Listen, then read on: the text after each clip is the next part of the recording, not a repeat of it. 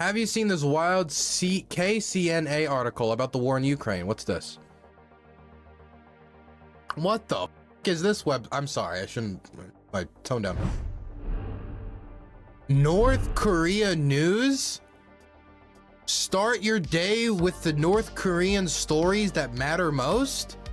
This is North Korean media. This is a friendly interface for viewing. So wait, this is just North Korean state media? No, I have not seen the North Korean state media's interpretation of the war in Ukraine. One of the few countries that have recognized Russia's annexation of territory because they just want Russia to be their ally. They care not at all about the morality of the conflict. I don't know if I want to read North Korean propaganda about the war in Ukraine. I kind of you know what? From an intellectual point of view, I'm too curious not to. The US is hastening the final ruin of Ukraine. Okay. This was posted, I think, today. Wait, no, this was posted mid last month, May 19th. Wait, if it's May, then it was 2 months ago. Kim Myong-chol, an international affairs analyst, released the following article under the title, "The U.S. is hastening the final ruin of Ukraine," on May 19th. 1 year ago, we made a judgment that the Ukrainian crisis precisely means the U.S. crisis, and the final loser will be the United States. At present, 450 days of... can I just say, America hasn't lost a single soldier in the war. We've spent billions in aid, that is true. But we're not losing, you know, top rated American Special Forces personnel. We're not losing our airmen. We're not losing our soldiers. The Russians are losing much more in this conflict than we are. They've lost 50% of their state revenue, of their government revenue, just due to the energy sanctions alone. 50% of their revenue, government revenue, gone. Military spending up 200 to 300%. I don't know how you look at the situation and say that it's worse on the United States. If it was worse on the United States, the Russians would say, sanction us more. We want more sanctions. Anyway, let's continue. At present, 450 days after the start of the Ukrainian crisis, a direct product of the U.S. strategy for pressing Russia. Ah, yes. Because as we all know, if Russia didn't invade at the start of the... Why am I even debating North Korean propaganda? Whatever. If the Russians didn't invade on February 24th, Ukraine was going to join NATO February 25th. Ukraine was no closer to joining NATO than they were in 2014. In fact, they are in a worse position to join NATO because the NATO charter clearly states that as long as you have territorial disputes with another country, you cannot join because it doesn't want to bring NATO into an active hot war. Simple as that. So it cannot just be NATO expansion. That can't be your only explanation. We witnessed the U.S. and Western groups crossing the red line bereft of reason. The U.S. was cautious about the support of military hardware to Ukraine, talking about the support of weapons for defense at the beginning of the Ukrainian crisis. But when the situation in Ukraine has been confirmed to be prolonged, it is revealing its true nature and inciting massive arms support. Can I just say, no amount of weapons that we send to Ukraine can ever amount the amount of weapons that Russia has fired at Ukraine. The portable anti-armor and anti-aircraft missiles, such as the Javelin and Stinger, were largely supplied in the past. But today, the HIMARS multiple rocket launchers and Patriot air missile systems, which are known as self-styled high-tech weapons, are being used in the Ukrainian battlefield. And Abrams American MTBs are expected to reveal their ugly figures sooner or later. Tens of thousands of Ukrainian mercenaries are armed with American weapons and trained in American style. Ukrainian mercenaries? Who are they even referring to? Because I'm used to the line like they're NATO mercenaries, that we have NATO soldiers in Ukraine. It's nonsense, but I'm used to that line. And then maybe they'll like show pictures of like people in the Foreign Legion, which is not NATO mercenaries, not American mercenaries, or people who have come here of their own fruition. I've met with these people, I've interviewed these people, I've talked to these people. They all have their own personal reasons for getting involved in the conflict. I don't know what they mean when they say Ukrainian mercenaries. Ukrainian mercenaries are armed with American weapons and trained in American style, and are driven into the bloody battlefield again. And instructors dispatched by the U.S. are directly in command of the Ukrainian mercenaries. That's not true. They're not in. I can't believe, guys. North Korean state media is lying. We're not in direct control of them. We do know that for a lot of the HIMARS strikes, the Ukraine will usually ask us what they think of this target they're about to hit. Sometimes we'll give them more accurate coordinates, and then they'll do it. But we're not the one that gives them the go-ahead. The present U.S. administration, which will go into the state default on debt as the world's biggest debtor. Wait, who said that? Wait, where did this come from? Which will soon go into state default? Really? When's that going to happen? America just going to collapse. We're going to, we borrowed too much money. We've chosen to collapse. Look, I don't like the debt game that we play where we run up the clock to the last possible moment before, okay, we'll raise the debt ceiling. I don't like that either. It really questions American stability quite a lot on the world stage. It makes our creditors pretty nervous about whether, you know, their debt's going to be repaid. But every single time we run up to the line, the ceiling is increased. There's no reason to believe that we will soon go into state default unless debt ceiling negotiations completely fell through and collapsed. That's the only time you could say there's a real possibility that the United States will enter a state default. But that is not happening anytime soon.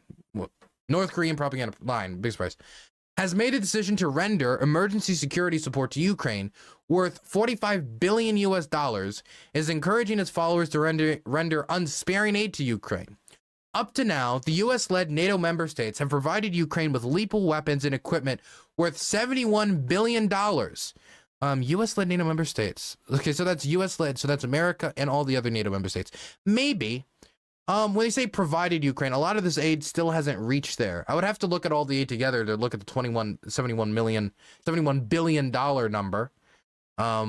I wonder if this includes when they replenish their own stockpiles, if they include that, because that's how we used to count it with the Pentagon, and I really didn't like that. Thankfully, they've done away with that practice. They've done away with counting replacements, but who knows? Including over 230 MBTs, such as the Leopard 2 and Challenger 2, 1,550 armored vehicles, drones, helicopters, large caliber guns, and ammunitions of various calibers. The recent offer of Storm Shadow long-range cruise missiles with hundreds of kilometers of range by Britain shows that Western forces are trying to expand the bloody Ukrainian battlefield to the deep areas of Russia. Wait, that doesn't prove that they're trying to expand into deep areas of Russia. There's a million things that they could still use the Storm Shadows for in Ukrainian territory. But even if the Russians want to ship weapons from Russia into Ukraine, you can't expect the Ukrainians not to shoot back at them into their territory. Like, oh, they're expanding the war into Russia. The Russians started the war in Ukraine. You can't expect them not to fight back. And this coming from North Korean state media, a nation state dripping in its narrative of victimization at the hands of the United States and the right to fight back and the right to strike the occupiers. In Japan, in South Korea, we need these nuclear weapons and we reserve the right to use them at any time. Like, they can, of all people, after fighting the Korean War, cannot say, no, we're not allowed to strike into your territory. The recent offer of Storm Shadow, in a matter of time, the U.S. adds new precision strike means, including ATACMS, the ATACMS, missiles to be mounted on HIMARS. The U.S. and its allies' transfer of precision strike means to Ukraine is the most obvious declaration of war against Russia and a direct military action threatening the sovereignty of Russia and its territorial security. Is it a direct declaration of war against Russia? Do we have American jets bombing Russian cities? Do we have American jets with American pilots commanded by American personnel doing any of this stuff? No. In fact, if we have declared war on Russia, this is the most effective war in American history. Because currently, the KD ratio is like 100,000 Russians and 0 American personnel. So, I don't know, man. If it is a war, then it's pretty one-sided. Where were we? But there is a big difference between Lend-Lease and Pearl Harbor. I think there's a significant difference between these two things. It is as clear as noonday that the Ukrainian military gangsters, Al Capone, Zelensky, who flew drones over the Kremlin of Moscow an inviolable territory of Russia, will commit dangerous hooliganism with missiles from the US and the West. I like how in this narrative, they're like, oh my God, they attacked in Russia. And there's no consideration taken to the fact that Russia attacked in Ukraine. Therefore, US has crossed the most dangerous red line, has it? Then what's the response going to be from sending the storm shadows? This was set in May, by the way. They said we were about to default in May. It's now July. It's July 5th, going on July 6th. It's actually July 6th where I am right now in Ukraine. We haven't defaulted, and we crossed the red line 2 months ago, and nothing's happened. So, very interesting. Where were we? God,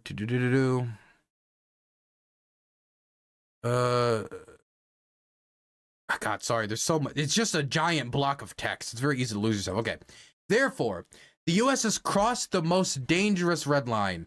The gravity of the situation is not limited to the European continent. South Korea has so far handed over 800,000 large caliber artillery shells to Ukraine in a roundabout way, deceiving others like an alley cat. Wait, deceiving others? Was anybody under the assumption that the shells that South Korea sent to the United States was not in support of Ukraine or doesn't support Ukraine? That was published in the Western press. I don't know how it's really deceiving anyone. The United States sends shells overseas to Ukraine, and then South Korea sends us shells to replace the shells that we sent over there.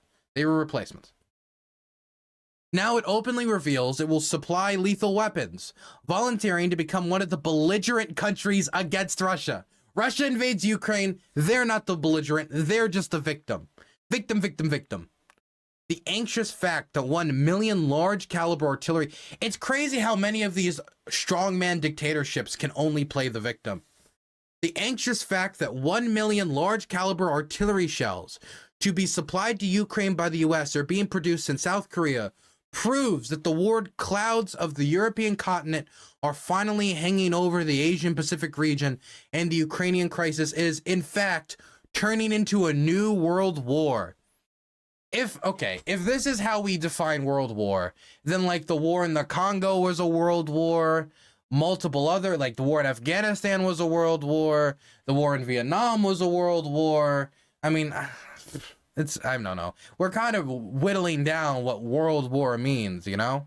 World war doesn't mean weapons from all around the world are being shipped there, because if that's the case, then a lot of civil wars in Africa are world wars. A world war means participants from, multiple continents on the planet are directly fighting in a war, and so far the only ones directly fighting are the Russians and the Ukrainians.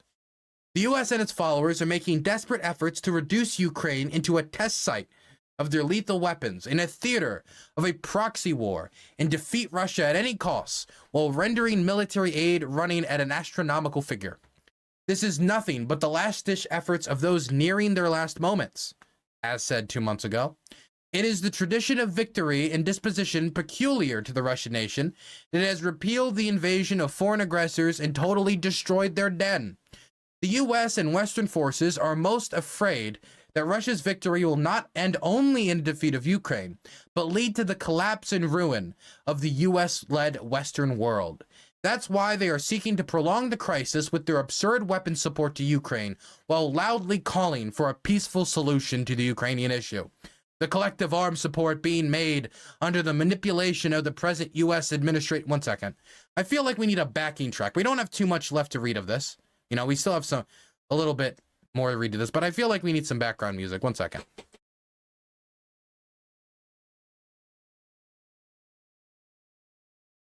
I think this is better. Yes. There we go. Just a little bit of backing track, just a tiny bit. There we go.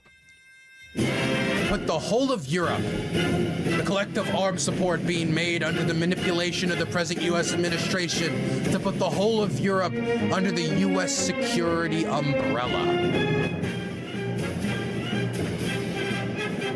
Far from the interests of European countries, do not accelerate the end of the dispute, but to delay the end of the war, endangering regional peace and destroying human civilization.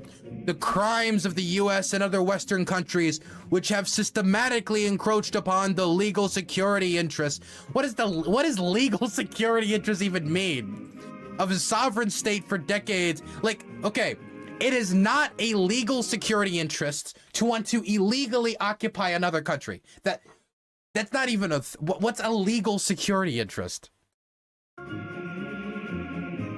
Anyway, legal security interests of a sovereign state for decades, in a bid to maintain their supremacy, have been described as just acts, and a sovereign state's legitimate countermeasures for self-defense have been branded as acts of aggression and provocations.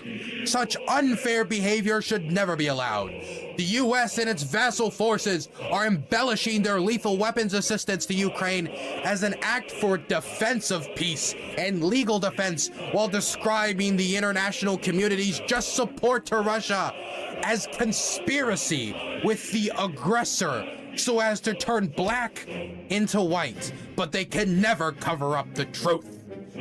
Okay, I'm sorry to block this because I'm really like in the mood. You know, I'm getting in the spirit of the DPRK.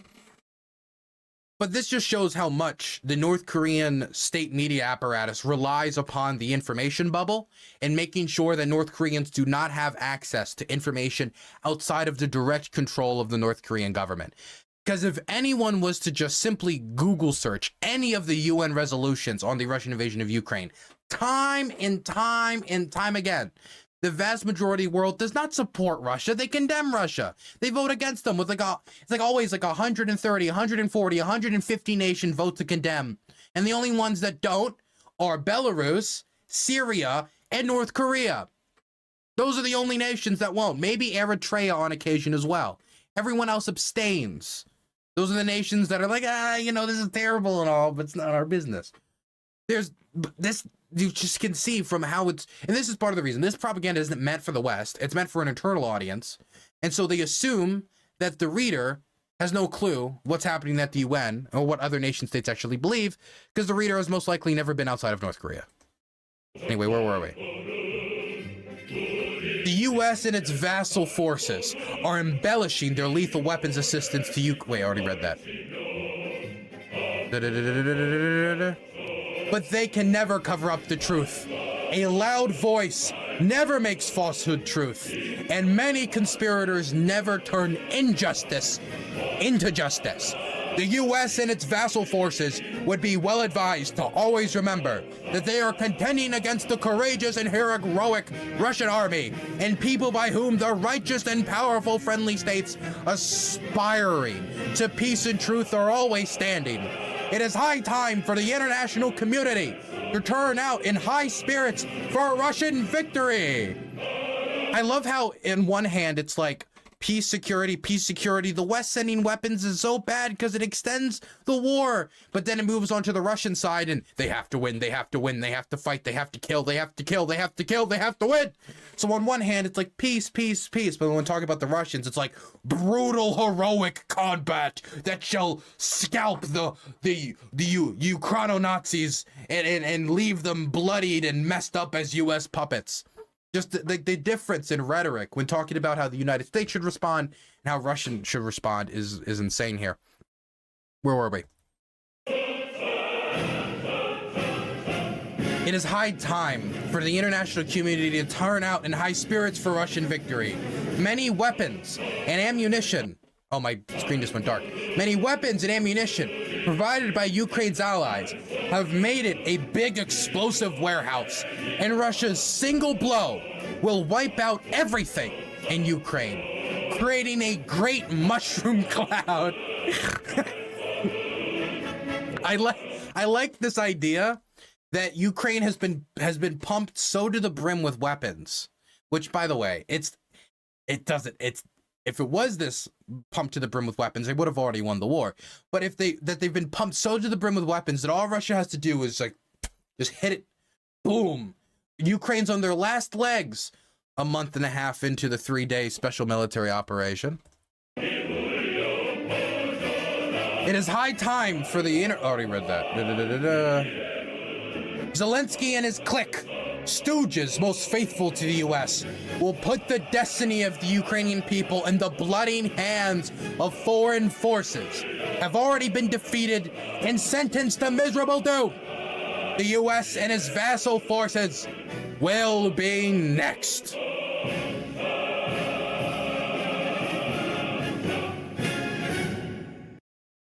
You know what scares me most about this? And I push back against a lot of this, but I feel like I don't need to push back a lot against North Korean state propaganda here. I feel like a lot of you guys, I don't want to just believe in the intelligence of my audience on a basic level, but I'm going to a little bit here. The thing that scares me the most about this is this rhetoric. Like a lot of the rhetoric I'm seeing here, not all of it, is stuff that I've heard it like repeated in the American political scene by people who oppose aid to Ukraine. The same narratives, same talking points, same everything. As we're hearing this from American political commentators, whether it be someone like Scott Ritter or Douglas McGregor or Hinkler Tinkler or Tucker Carlson or any of these very fantastic people. You're hearing the same narratives and the same talking points. They're acting no different than state propaganda. And the thing that gets me about this, that really I think is the irony of it, is they sound no different than North Korean state propaganda, while also claiming to be the only true bastions of truth, fighting against the establishment American state propaganda. They've decided we're going to drop state propaganda in the West. That shit's gay.